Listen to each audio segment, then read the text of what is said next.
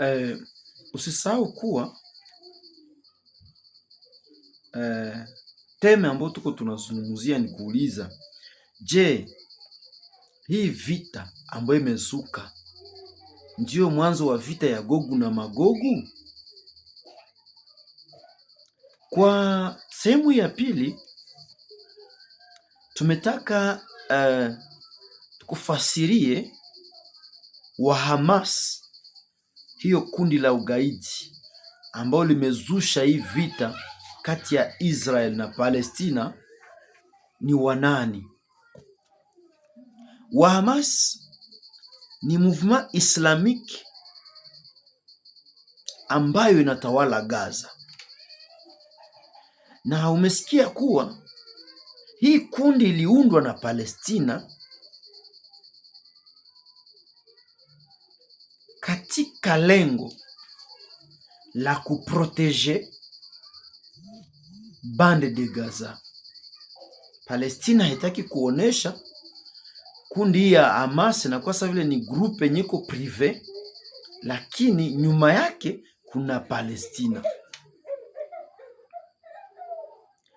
Hii bande de Gaza ambayo kundi ya Hamas ina malengo ya kuprotege inakuwa na urefu wa kilometre 365, 365 km de longueur. Ni bonde kubwa kabisa, nzuri sana. Hii kundi ya Hamas iliundwa katika mwaka wa 1977 na mtu ambaye alikuwa anaitwa Sheikh Ahmed Yassin akisaidiwa na Abdul Aziz Rantisi, ambao waliuawa mnamo mwaka wa 2004 mwezi wa 3 na shambulizi la Israel.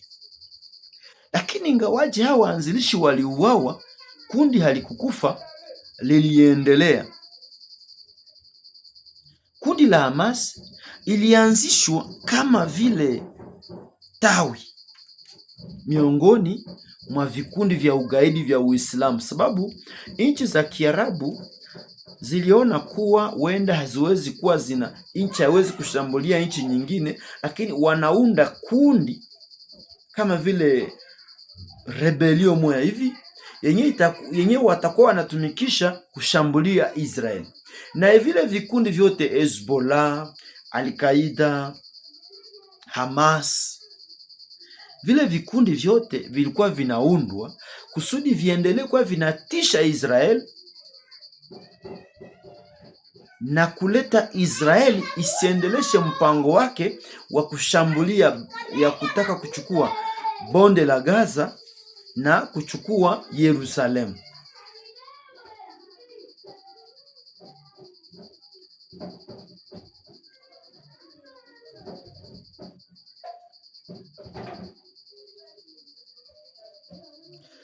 Hii kundi ya Hamas hairekonetre Israeli kuwa taifa, ingawaje Umoja wa Mataifa uliitambua Israeli kuwa taifa. Hilo kundi la Hamas hawahesabie Israeli kuwa taifa,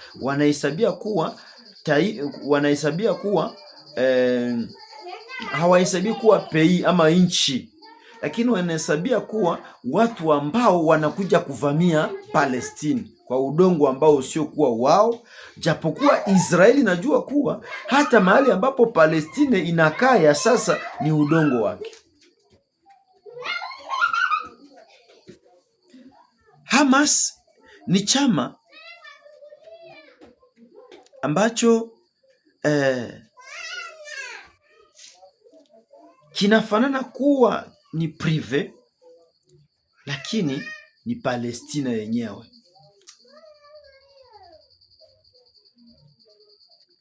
Katika siasa zake za kushambulia Israel, Hamas inajaribu kuonesha kuwa wao wako wenyewe na wao si Palestina, lakini kiukweli haki wanazozipigania ni haki za Palestina. Ndio maana hakuna mashaka, hatuwezi kuwa na mashaka ya kuhakikisha kuwa Hamas ni kundi la ugaidi, lakini ambalo nyuma yake kuna mkono uliofichwa wa Palestina.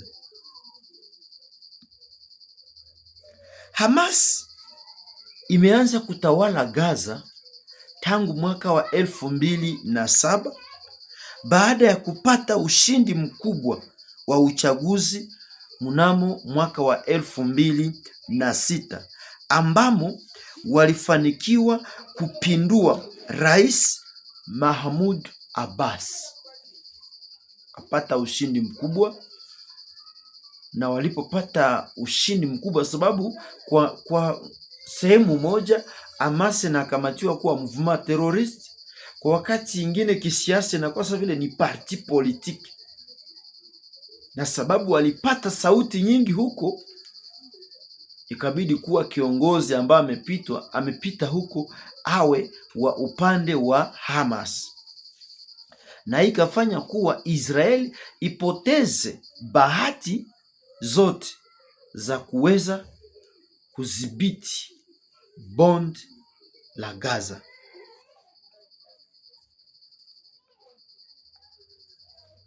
Hii Hamas inaungwa mkono kipesa,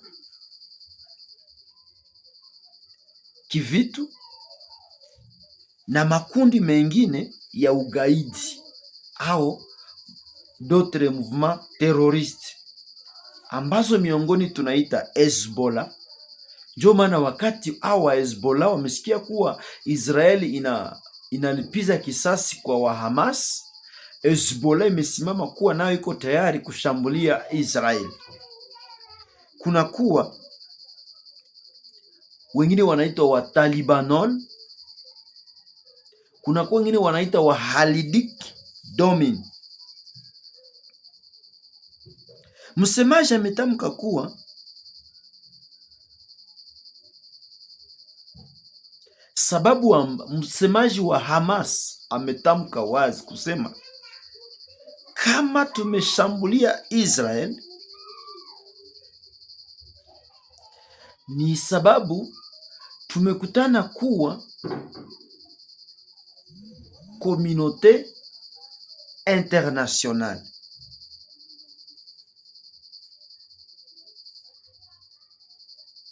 imesahau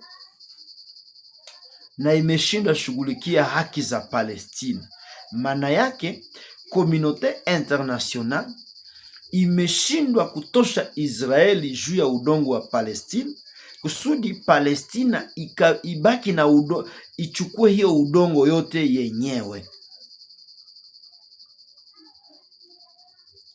Na sababu ya pili ambao wanatoa ni kusema walitaka wakomeshe Israeli isisubutu hata siku moja kuchukua mipango ya kushambulia Al-Aqsa. Al-Aqsa niyo eneo ambako kulibomolewa hekalu na kukajengwa misikiti miwili. Kuna msikiti mkubwa unaoitwa Dome du Rocher. Hii ni msikiti inaweza kuwa ya 3 katika Uislamu, na thamani yake ni kwa sababu kulingana na Waislamu hiyo msikiti imejengwa mahali patakatifu, na wanaita hiyo eneo mahali patakatifu eti sababu pale ndipo Muhammad aseme ni pale njoko nyali alikuwaka wakati ananyakuliwa kwenda mbinguni. Na Wayahudi nao wanasema hiyo ni eneo yetu kwa sababu hapo ndiko kulikuwa kunajengwa hekalu, na hapo ndipo sanduku la agano lilikuwa linaketi. Lazima tuchukue hiyo eneo, watake wasitake.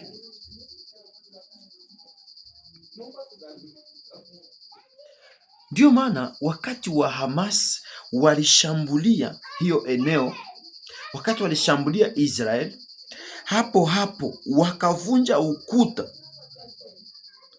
ambao ulikuwa unaachanisha Israel na bande de Gaza au bonde la Gaza. Na hii kabisa ilizusha hasira, ilizusha kasirani ya Israel, kwa sababu kwa upande wa Israel waliona ni kama vile wameongeza, tusema Israeli waliona kama ni kitusi, sababu wao walikuwa wanataka wachukue bande ya Gaza, lakini sasa wanakutana ile kubomoa hiyo ukuta ni kama vile hao wa Hamas walitaka njo wakamati sasa eneo za Israeli, na walifanikiwa. Kwa hii shambulizi la kwanza walifanikiwa kutupa zaidi ya bomu 3,000 kwa dakika 12 na zikaleta maafa makubwa, na hii ndiyo imelamusha kasirani ya Hamas ya Israel, ambayo imemwanga mabomu katika hiyo bande de Gaza, na humo mmekufa zaidi ya watu 1000. Kuna mahali ambapo walikuwa wamekimbilia katika hospitali. Israeli inasemeka kuwa walitupa bomu kwenye hiyo hospitali kwa kumalizisha hao watu, lakini wakati communauté internationale imetaka kutomboka na kukaripia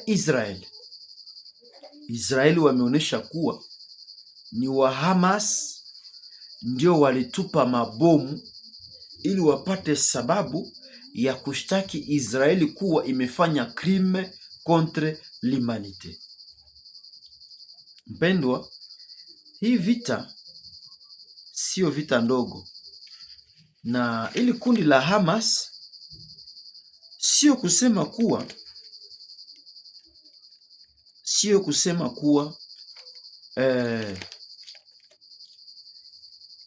ni wao wenyewe.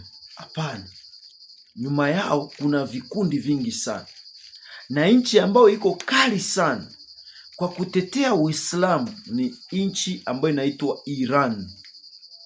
Takumbuka ya kuwa hii nchi ya Iran ni nchi ambayo pamoja na Iraq zilikuwa ni nchi kabisa zenye nguvu, lakini Umoja wa Mataifa wakatambua kuwa sababu Iran na Iraq kihistoria ni hiyo utawala ya Wamedi na Wajemi. Marekani wakafikiri kuwa kwa sababu ni shina ya puissance mondiale ambayo ilikuwa ya pili utawala, wakafikiri kuwa labda siku moja inaweza kuinuka. Ndio maana wakachonganisha Iraq na Palestine na Iran. Hizi nchi mbili wakazichonganisha, na Iraq ndio ilikuwa nchi yenye nguvu zaidi kuliko Iran. Marekani akaweka silaha zake Iran. Sasa kwa sababu alikuwa amekwisha kuchunganisha Iran na Iraq, Iran ikakubali kumpatia fasi ambapo atatia silaha ambazo atatumikisha kwa kupiga Iraq. Na ndio maana ukasikia kuwa nchi ya Iraq Marekani iliwahi kuishambulia na wakafanikiwa hata kumnyonga Saddam Hussein. Sasa kwenye vita inaelekea, Marekani ameona kuwa Iran ndiye amesimama kutaka kutetea nchi zingine za Kiislamu. Ameamua mara moja ashambulie Iran. Iran naye ni nchi yenye nguvu kwa leo, nayo inatishia Israeli. na kuwaonesha kuwa mukisubutu kushambulia, sababu Israeli iko inatuma njo bombe ziende zibomoe, lakini Iran imetishia Israeli kusema kuwa wakisubutu kutumana maaskari huko, manake watawamalizia kule. Hii tishio ndio imefanya kuwa Marekani isukume bateau de guerre ndani ya ocean, kusudi Iran ikijaribu kushambulia Israeli, Marekani itashambulia Iran hapo hapo. Na wala nyuma ya Iran kuna hizo nchi ambazo zinapinga utawala wa Marekani, na mkubwa ambaye iko nyuma ya Iran, iko nyuma ya Palestine ni Urusi. Na wakati tunasema Urusi, tunaangalia muungano ambayo Urusi imeunda na nchi nyingine karibuni 5. Kunakuwa Urusi, kunakuwa Brazil, kunakuwa India, kunakuwa China na kunakuwa Afrika ya Kusini. Ndio inaitwa muungano, inaitwa BRIC. Wale wote wako nyuma ya Palestine. Nikisema walikuwa wanasubiri Israeli ikishambulia Gaza kwa kutumia maaskari, yaani force terrestre, hapo hapo wote wataungana ili wapate kushambulia Israeli.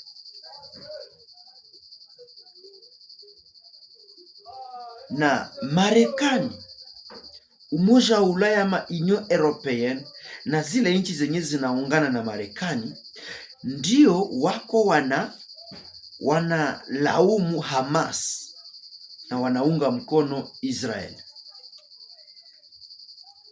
Swali ni hili sasa, kama BRIC ama upande ya Urusi na upande wa Marekani vimeingia ndani ya vita, wamoja wakiwa upande wa Palestine, yaani Urusi na wa marafiki zake, na Marekani ikiwa upande wa Israeli na marafiki zake, je, kuingia kwa haya mataifa hizi bloke mbili, sababu nchi za dunia mzima kama haiko upande ya Marekani manake anakuwa upande ya Urusi. Je, sababu Marekani na Urusi vimejikuta vinaingia ndani ya hii vita, ndio inaitwa sasa vita ya Gogu na Magogu? Jibu ni hapana. Vita ya Gogu na Magogu inayozungumziwa ndani ya kitabu cha Ufunuo, hiyo sura yake ya 12, ni vita ambayo ni shetani mwenyewe atakusanya pepo zote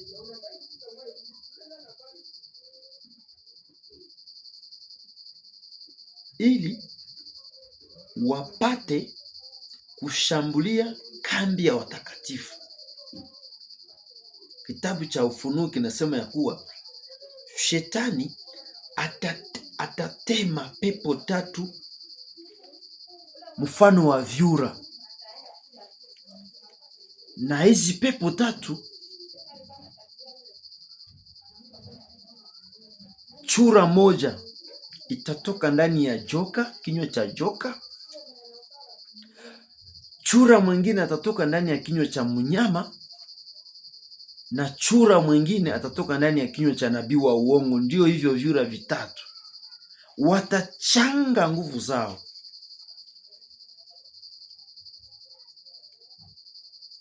ili wapate kushambulia kambi ya watakatifu. Na hii vita ya Gogu na Magogu ya kitabu cha Ufunuo haitajitokeza na parapanda haijalia.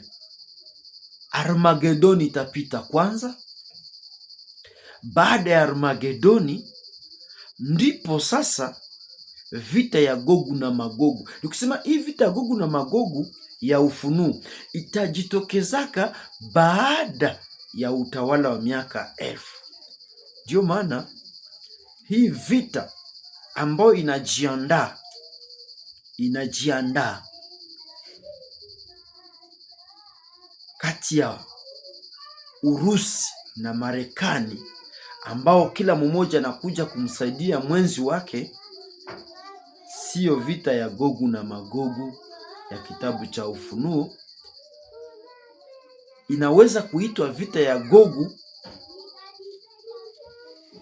na Magogu ya kitabu cha Ezekieli. Kitabu cha Ezekieli. Sababu kuna vita Gogu na Magogu inayosemeka ndani ya kitabu cha Ezekiel na vita ya Gogu na Magogu inayosemeka ndani ya kitabu cha Ufunuo. Hizi vita mbili ziko tofauti. Hii inayosemeka ndani ya kitabu cha Ezekiel ni vita ambayo hayo mataifa yote yatazusha zidi ya Israeli.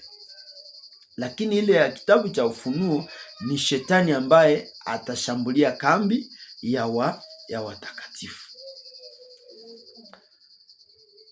Turuhusu basi katika audio inayofuata tueleze kwa undani hii vita ya Gogu na Magogu ya duniani namna gani itatendeka.